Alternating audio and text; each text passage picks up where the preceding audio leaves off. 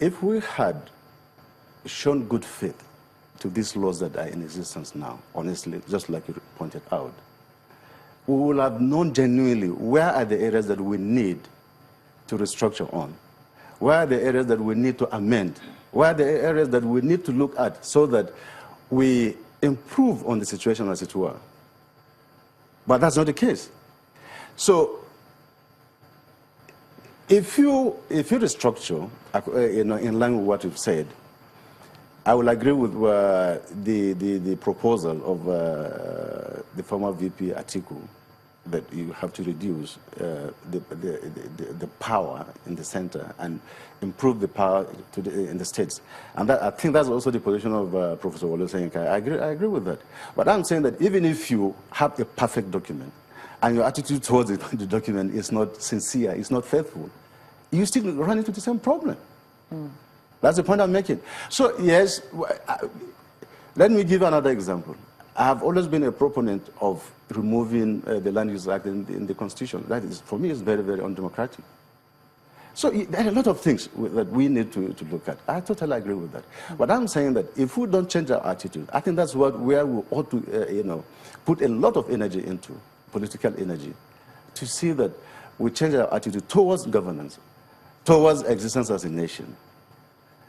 But if we don't do that, the argument will be, as far as I'm concerned with restructuring, will just be academic in the first place.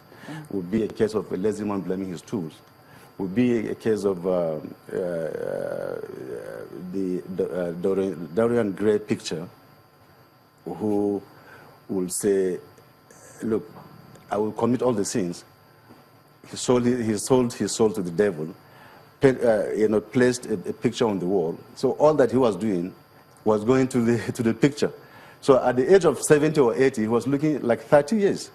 So you see, we are putting the blame to a situation that is not the real problem. So the system, the laws, are not what, primarily, are not the problem, as it were. It's our attitude towards the... So if you say that, the closest we ever got to it was in 1963, where we had the regions, and, the Constitution supported the regions at that time. You say we cannot go back to that system that we had, because a lot of what... Sorry, I didn't say we cannot go back. I'm saying that a lot has happened. That yes. It is not so easy to go back to that. It's not the same as saying that we cannot go back. Okay. Every possible solution should be on the table. I'm not saying that we cannot go back to that. I'm not saying that we should not go back to that. So you're saying it would be difficult to go back to that? Exactly, that's the point. Okay. It would be exceedingly difficult for us to go back to that.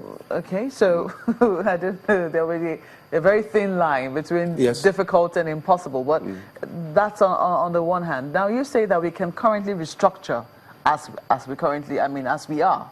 Yeah, sure. What sort of restructuring would you be thinking of? Yeah, I've aligned myself with VP Atiku and Olusegun. Reduce the monumental power that is at the center.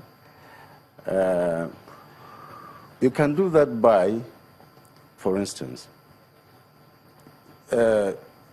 ensuring that states generate their revenues.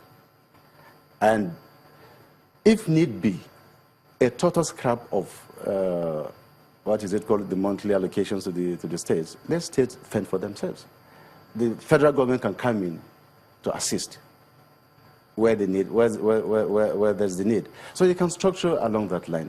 And there are certain things that, basically the states will be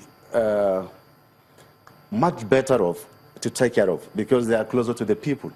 Just wondering, when you say let states take care of themselves, fend for themselves, are you also suggesting that there be total resource control on the part of the states? Ask my friends, I've always been an advocate of total resource control. That will bring out the best in us. It will bring out the best in us. We can't all be rich, and we can't all be poor. We can't all be the same. We can't all be men. We can't all be women. So in life, there are people who are richer than others. There are people who are more educated than others. So also is the, will it be with all, political entities? We can't all be the same. What's wrong with take a state like Yobe, for instance? If they can farm, say, 1 million goats or 2 million goats, 2 million camels, you can just imagine the multifarious effect it's going to have from the agro industries that you're going to produce and related things like that. So every state is viable, depending on its natural resources within its confines. So to what percentage, I mean, you've seen right now, there's also the debate as to who should be carrying out this restructuring. The National Assembly believes that that is strictly within the purview. For a lot of groups that have been agitating, they believe that the National Assembly does not have the political will, and that the kind of restructuring they're looking for cannot be carried out within the confines of the National Assembly. What are your thoughts in that direction as a former senator? There's a lot of discontent in the nation. There's a lot of distrust in the nation.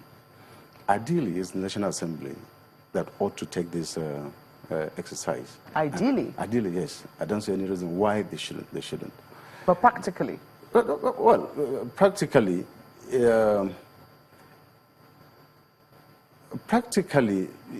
people have a right to contribute to what your representatives are doing.